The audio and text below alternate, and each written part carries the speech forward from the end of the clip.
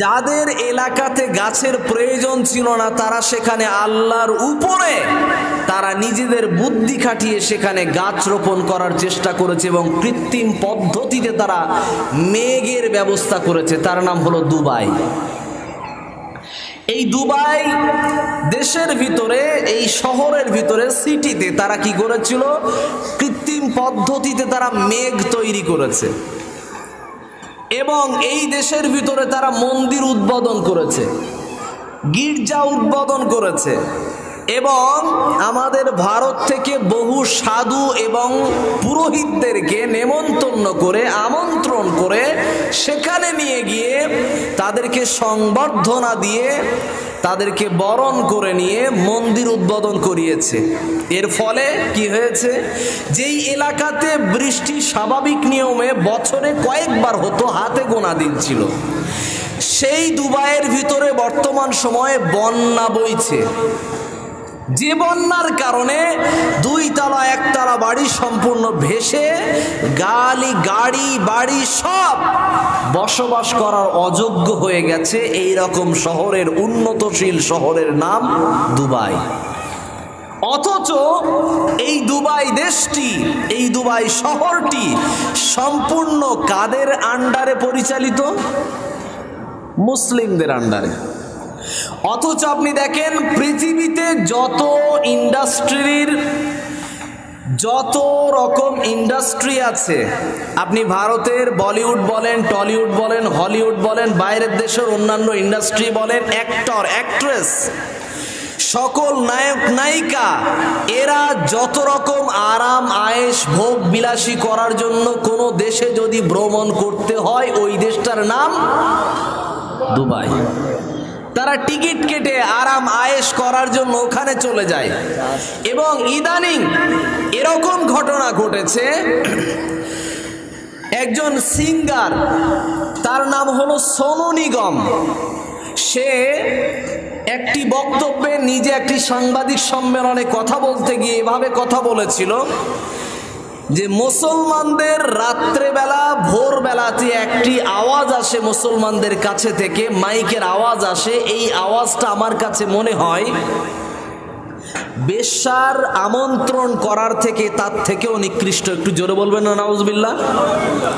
সোনু নিগম নামের একজন এই যে সিঙ্গার, গায়ক, সে এই কথা বলেছিল মুসলমানদের আজানের আওয়াজ একটি বেশ্যার ডাকের থেকেও নিকৃষ্ট। আস্তাগফিরুল্লাহ।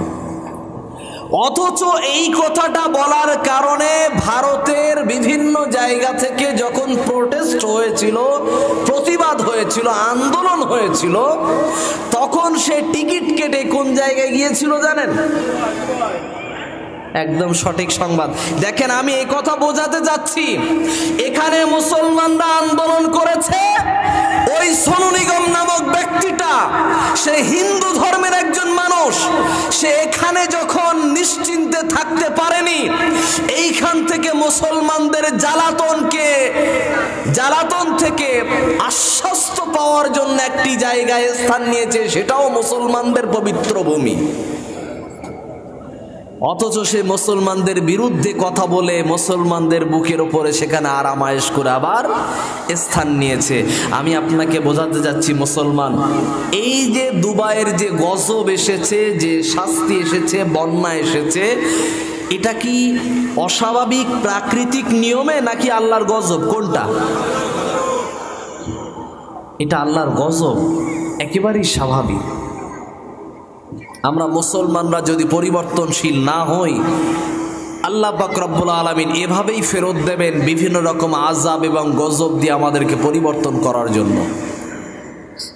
আমি আপনাকে আরো একটি বাস্তবতার শিকারের জন্য আরেকটি কথা বলি। বর্তমান যেই দেশে আমরা হজ করার জন্য যাই, ওই দেশটির নাম কি? সৌদি আরব। কি নাম? সৌদি আরব। এই সৌদি আরবের একটি শহর আছে, তার নাম মক্কাতুল মুকাররমা। এবং কবর জিয়ারত করার জন্য এবং নামাজের নেকি বেশি নেওয়ার জন্য আরো একটি মসজিদে আমরা যাতায়াত করি, আমরা মসজিদে সফর করি। ওই মসজিদের নাম হলো মসজিদে নবাবী, বা ওই শহরের নাম মদিনাতুল মুনাওয়ারা। এই মক্কা এবং মদিনার নিকটবর্তী একটি জায়গাতে, মদিনা থেকে 70 কিলোমিটারের ভিতরে, কথা ভালো করে শুনবেন, মদিনা শহর থেকে 70 কিলোমিটারের ভিতরে সিনেমা হল বানানো হয়েছে। ওই সিনেমা হলের ভিতরে ছেলে এবং মেয়ে অবৈধভাবে যে কোনো কেউ যার সাথে ইচ্ছা সে ওই সিনেমা হলে টিকিট কেটে ভ্রমণ করতে পারবে, ঢুকতে পারবে, এবং সেইখানে মাদকতা সম্পূর্ণভাবে বৈধ করা হয়েছে। আচ্ছা, আপনারা একটু বলেন তো সমীক্ষা করে, আমাদের পশ্চিমবঙ্গের কোন সিনেমা হলে কোনোদিন শুনতে পেয়েছেন যে ওই সিনেমা হলে মদ খাওয়া চলে? শোনা গেছে কোনোদিন? যায়নি। কিন্তু সৌদি আরবের মদিনাতে সেখানে সিনেমা হল তো খুলে তো অন্যায় করেছে, আবার ওই সিনেমা হলের ভিতরে আবার কি লাগানো হয়েছে? মাদকতা বৈধ করা হয়েছে। আমি আপনাকে বোঝাতে যাচ্ছি, যে সরকার সৌদি আরবের ভিতরে বর্তমান সময়ে দায়িত্বে আছে, সেই সরকার মুসলমানদের জন্য নিয়ামত আল্লাহর কাছে চাইছে না গজব চাইছে? এগুলো যা তৈরি করছে এগুলো মুসলমানদের জন্য গজব আনার জন্য যথেষ্ট। এতটা কথা কেন বলেছি? আল্লাহ পাক রব্বুল আলামিন তিনি বললেন, পৃথিবীতে যত রকম আবহাওয়া বিষয়ক এবং জমিনের উপরে এবং সাগরের ভিতরে যত রকম পরিবর্তনশীল অন্য কিছু বিকল্প দেখতে পাবে, স্বাভাবিক নিয়মের যে ঋতু থাকবে, 6টি ঋতুর পরিবর্তন যদি ঘটে, 2 থেকে 3টে ঋতুতে যদি পরিবর্তনশীল হয়ে যায়, তখন দেখবে এগুলো কিছুই না, এগুলো সবই হলো বিমা কাসাবাত আইদিন নাস, এগুলো হলো মানুষের নিজের হাতের কামাই। তাহলে আজ থেকে আমরা সকলেই চেষ্টা করব যত রকম গুনাহের কাজ আছে নিজের জীবন থেকে সম্পূর্ণরূপে বর্জন করব ইনশাআল্লাহ। আল্লাহ তুমি আমাদের সকলকে তৌফিক দাও, আমিন। আল্লাহ পাক রব্বুল আলামিন তিনি বললেন, ইয়াউমা লা ইয়ানফাউ মালু ওয়ালা বানুন। আল্লাহ পাক রব্বুল আলামিন তিনি বললেন, কিয়ামতের ময়দান এমন একটি ময়দান যেই দিনে তোমার মাল এবং তোমাদের সন্তানগুলো কোনো কেউ কাজে আসবে না। সেই দিনে ওই সমস্ত মাল কাজে আসবে, তার নাম হলো সাদাকায়ে জারিয়া। এরপরে নাম্বার 2, আল্লাহ পাক রব্বুল আলামিন তিনি বললেন, তোমাদের সন্তানগুলো কাজে আসবে না, তবে ওই সন্তান কাজে আসবে যেই সন্তানটাকে কোরআনের হাফেজ বানানো হবে। কিয়ামতের ময়দানে একটি কোরআনের হাফেজ এবং কোরআনকে সম্পূর্ণ মেনে চলে এবং কোরআনের কথা মোতাবেক নিজের জীবনকে পরিচালিত করেছে, এই সমস্ত হাফেজগণ কিয়ামতের ময়দানে এক একটি হাফেজ তার পরিবারের 1 থেকে 10 জন করে তার সুপারিশের মাধ্যমে জান্নাতের ব্যবস্থা করে নেবে। একটু জোরে সোরে বলবেন না সুবহানাল্লাহ। তাহলে কোরআনের হাফেজের কিয়ামতের ময়দানে অনেক অনেক অনেক গুরুত্ব আছে। আমরা আমাদের সন্তানদেরকে কোরআনের হাফেজ বানানোর চেষ্টা করব বলি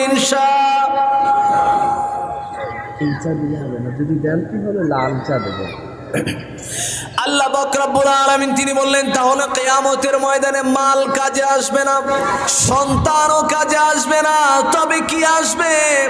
আল্লাহ পাক তিনি এটাও বললেন, ইল্লা মান আতাল্লাহা বিকলবিন সালিম।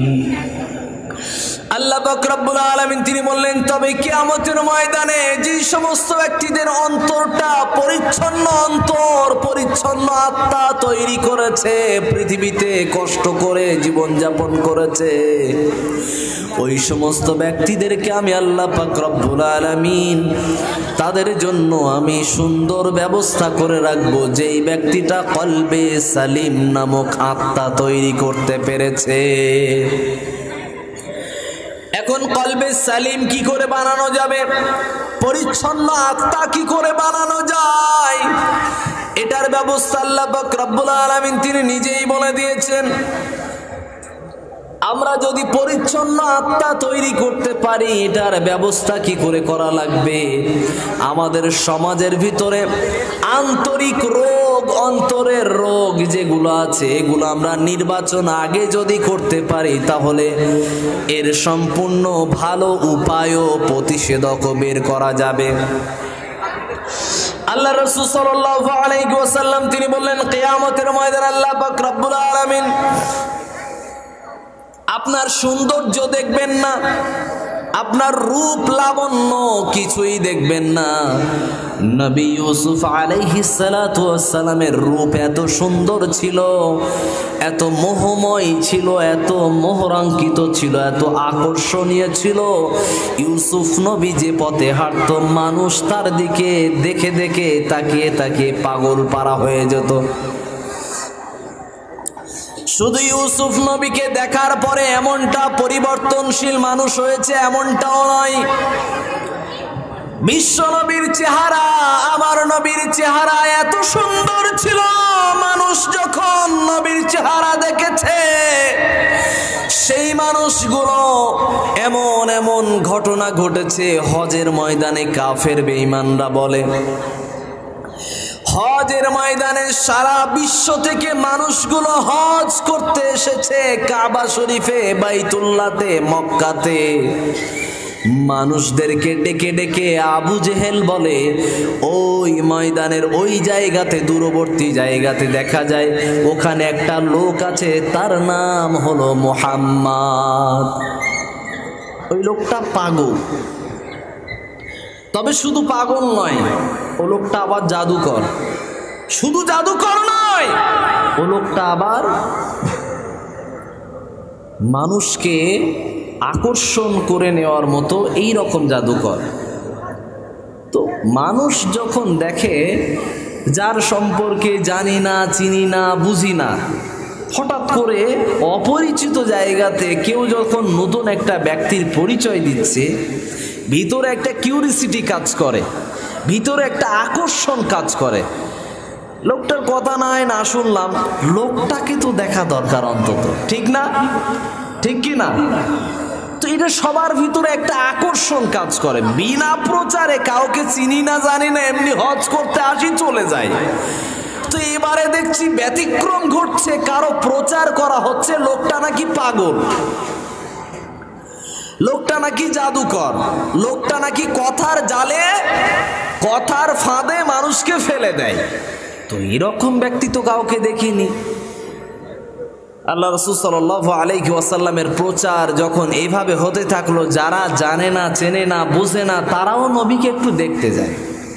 কাফের বেঈমানরা চারিদিক থেকে ঘোষণা দিয়ে দেয়, ওয়াকালাল্লাযীনা কাফারু লা তাসমাউ লিহাযাল কুরআন ওয়ালগাউ ফীহি লাআল্লাকুম তাগলিবুন। আল্লাহ পাক রব্বুল আলামিন তিনি বললেন, কাফের বেঈমানরা তারা নিষেধাজ্ঞা জারি করে দিল, ও আমাদের বন্ধুরা এবং আমাদের অনুসারী ব্যক্তি যারা আছো, তোমরা কখনোই মুহাম্মাদের কোরআন শুনতে যেও না, এবং মুহাম্মাদের আল্লাহর বাণী যেখানে আলোচনা হয় সেখানে আলোচনার পারমিশন দিও না। পারমিশন দেওয়া তো দূরের কথা, সেখানে বিশৃঙ্খলা তৈরি করে দাও। এই কথাকে একটুখানি জমা রাখেন, একটু বাস্তবতার নিরিখে আসি। বর্তমান সময়ে বহু মুসলমান জলসা মাহফিল, ওয়াজ মাহফিল যখন দেওয়া হয়, তার আগে আমাদের মুসলমানদের ব্যক্তি বিশেষ ব্যক্তিদের কাছে কাছে গিয়ে একটু চাঁদা কালেকশন করা হয় না? এই সময় অনেকে বেশ ভালো করে ফতোয়া জারি করে, কি জানেন? ওয়াজ মাহফিল দিয়ে কি লাভ বলো তো? আছে না? ওয়াজ মাহফিল দিয়ে কি লাভ? এসব দিয়ে কোনো কাজ হয় না, ফালতু ফালতু টাকা পয়সা নষ্ট করেন কেন? জি, আপনি এই যে কথা বললেন, এই কথাটা বলা কি আপনার জন্য যুক্তিসঙ্গত হয়েছে? আপনি প্রয়োজনও বলে দেন যে আমার এখন ধার দেনাই সম্পূর্ণ চলছে, জীবন কষ্টের ভিতর দিয়ে অতিবাহিত হচ্ছে, ভাই চাঁদা কালেকশন বেশি দিতে পারবো না, আপনি অল্প কিছু রাখেন। হ্যাঁ, আপনি এটা পরামর্শ দিতে পারেন, আপনার ব্যক্তি বিশেষ কথাটা আপনি তার সামনে রেখে আপনি অল্প কিছু চাঁদা দিতে পারেন। কিন্তু আপনি বলছেন যে চাঁদা দেওয়ার প্রয়োজন নাই, এসব জলসা মাহফিল দেওয়ার প্রয়োজন নাই, এই কথা আপনি কেন বললেন? জলসা কমিটি যারা আছে, যুবক যারা আছে, যারা উদ্যোগ নিয়েছে এই কাজের, তাদের মনটাকে ভেঙে দিলেন। এক, দুই, তাদের এই কাজের যে উৎফুল্লতা ছিল এটাকে আপনি কমিয়ে দিলেন। এবং আপনি এটাও সাপোর্ট করছেন যে বেঈমান কাফেররা যেভাবে কোরআনের আইনগুলোকে জারি করা বাদ দিয়ে, কোরআনের আইনগুলোকে সমাজে প্রতিষ্ঠা করা বাদ দিয়ে এগুলোকে বন্ধ করার চেষ্টা করছে, তাদের দলে নিজেকে নাম লেখানোর জন্য আপনি প্রচেষ্টা করেছেন, যার বাস্তব নমুনা 370 ধারা জারি করেছে। যেমন কাশ্মীরের বুকে মুসলমানদের অধিকারকে লুণ্ঠন করা হয়েছে, নাম্বার 1। নাম্বার 2, তালাক বিল পাশ করার পরে মুসলমানদের তালাক নামক যে বিধান, কোরআনের যে বিধান, এটাকে বন্ধ করার চেষ্টা করা হয়েছে। কথা ঠিক না? ভারতবর্ষের বুকে কোরআনের বহু আইনের বিরোধিতা আছে, যার বাস্তব নমুনা তালাক বিল পাশ করার পরে তালাক সরাসরি এক জায়গায় বসে 3 তালাক দিয়ে, মাসে মাসে তালাক দিয়ে হোক, যে পদ্ধতিতেই হোক, কোর্টের মাধ্যমে তালাকের যে ব্যবস্থাপনা ছিল সেটাকে বন্ধ করা হয়েছে। এটা আসলেই কি আমাদের মা বোনদের সাপোর্ট করা হয়েছে? মা বোনদের সাপোর্ট করা হয়েছে না কোরআনের বিরোধিতা করা হয়েছে? কোনটা? আসলে কোরআনের বিরোধিতা করা হয়েছে। আপনি আরো আসেন, আমাদের এই ভারতবর্ষের বুকে জেনা করার জন্য, ব্যভিচার করার জন্য আপনার স্ত্রী নাই, আপনি নিজের যৌবনটাকে আর এক জায়গাতে টাকার বিনিময়ে আপনি ব্যবহার করতে পারেন, এর লাইসেন্স আছে না নাই? আছে।